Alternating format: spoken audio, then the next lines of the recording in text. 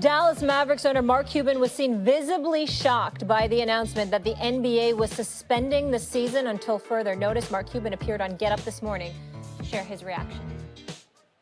Hopefully this virus runs its course over the next 60 days or so. And then at that point, we can start making decisions about, does the NBA play games, what our schedule looks like, how we progress from there. Mark, you said 60 days. Do you think that we could see an NBA season that instead of going to mid-June actually goes to mid-August instead? I don't think necessarily till August, but I can easily see us playing, the last 7 to 10 games of the regular season to get everybody back on course and then going right into the playoffs and going into July, if not August. LeBron James tweeting last night after the suspension was announced, man, we're canceling sporting events, school, office, work, etc. What we really need to cancel is 2020. Damn, it's been a rough 3 months. God bless and stay safe. That is for sure. Also, breaking news today. Our Adrian Wojnarowski sharing this, who will be with us momentarily. Jazz star Donovan Mitchell has tested positive for the coronavirus, league sources telling ESPN. Jazz players privately say that Rudy Gobert had been careless in the locker room, touching other players and their belongings. Obviously, this is the second player on the Jazz. The hotel in Oklahoma City where the Jazz were staying has now been closed to the public. Woj, kind enough to join us now. I know it's been a busy week for you. Woj, what's the latest you're hearing on all of this? Well, certainly a great deal of frustration on Donovan Mitchell's part and I think some other teammates in Utah. What you saw with Rudy Gobert in that news conference, kind of the cavalier attitude he had with the media, where you saw him touching the microphones and putting his hands on things on his way out.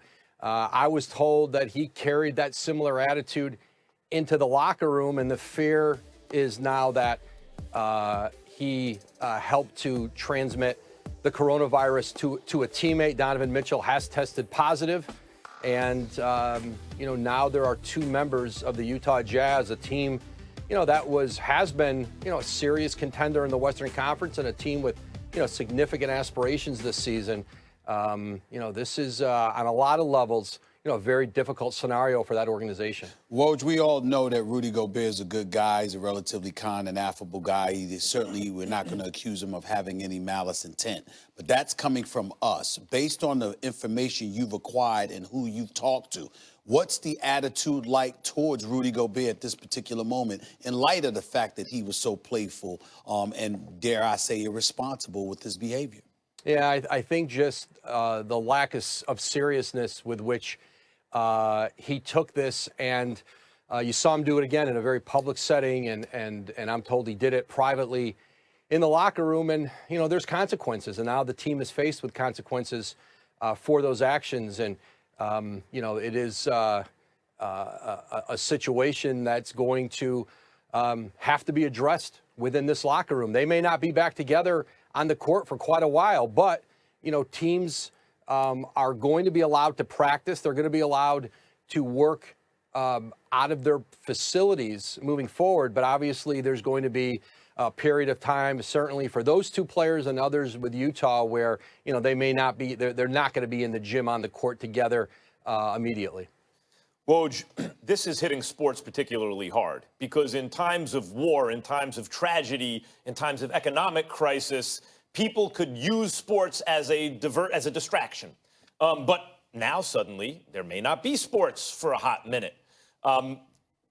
Your reporting somehow just got even more valuable. Like, this is the stuff we are following now. Is Gobert, has anyone said anything? Has he made any comment or given any indication that he will use himself as a cautionary tale? In other words, make some kind of public pronouncement about his behavior, about what not to do? It seems like he could be useful in that way.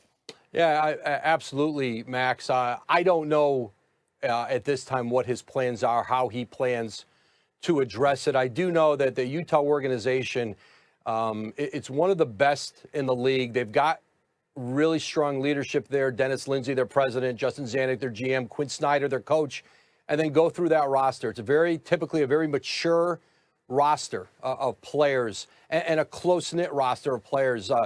but it's going to challenge them, to work through this. There's a lot of frustration right now, even some anger, and there's no question that's going to be a challenge for them. But listen, and you said it, Max, this may be an example for others, and maybe in this instance, the NBA plays a part in helping others outside of the NBA, outside of sports in this country, get a better sense of how seriously we all need to take this virus and the potential consequences, not just in sports, but beyond. Obviously, this is uncharted territory, unprecedented. But what are you hearing in terms of the timeline for the NBA's next steps?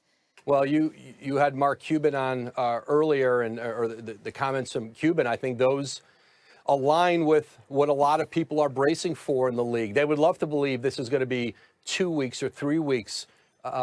It may not be, and the league has understood that, and they have been planning for contingencies for weeks now themselves. They knew, teams knew, and executives and owners I talked to in recent days, even before the events last night in Oklahoma City, many of them had an expectation there would be games lost. They didn't know how many. So the league's been working on this. It's going to challenge everybody in this league, players, owners, teams, league office, to kind of find a spirit of cooperation to try and salvage this season. At some point, it might mean, as Mark Cuban said, pushing the season into July. There may be scenarios where they delay the start of next season based on how long into the summer this league has to go. Those are all questions right now that no one has answers for yet. All right. Our Adrian Wojnarowski, NBA insider. Woj, thank you so much for disseminating the information, that turnaround as quickly as you have. Appreciate you being here with us. Thanks, Woj. Thanks, guys. When we come back, we have news regarding the NCAA and canceled tournaments. Do not go anywhere. It's First Take.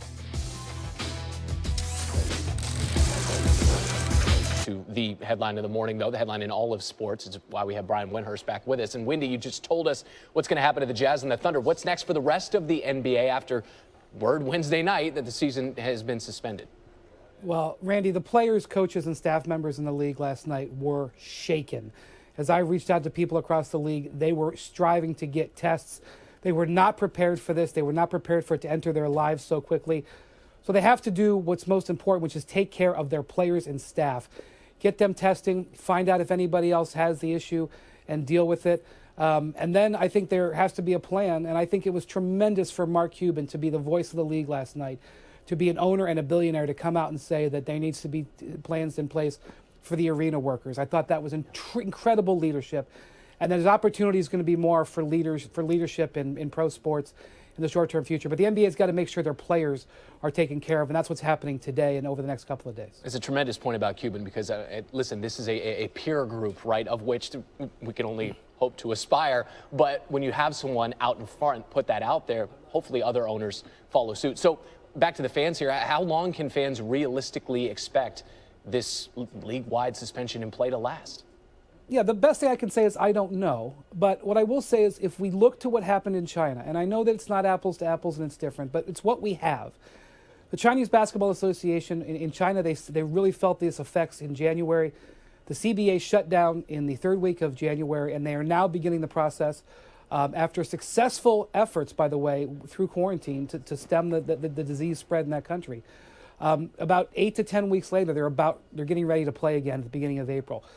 I can't say that's what's going to happen in the NBA. All I can say is that's what happened in China, and that's the one guideline that we have to go forward. What I will say is this. The NBA has asked teams to check and report back their arena availability until August 1st. So they are preparing for the possibility of just pushing back the playoffs, pushing back the finals into July and possibly even later. I do think that they want to have a season, but obviously we've got to focus on everyone's health in the short term. Okay, I don't know about you. That is the first time I'm hearing that they have asked arenas to look at availability here until August 1st, possibly bringing into notion here that this is a true suspension as opposed to a suspension. Yes, Randy, and they've also Yeah. They haven't been sitting totally on their hands. They have also looked at relocating and rescheduling the draft combine, the draft.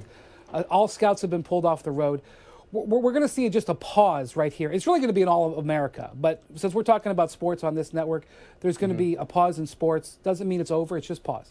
All right, so much of the league year contingent upon this. It's Brian Windhurst with the very latest for us on SportsCenter AM. And we say this and we get annoyed when we do it just in conversation. If the season ended today. But there is a legitimate pause.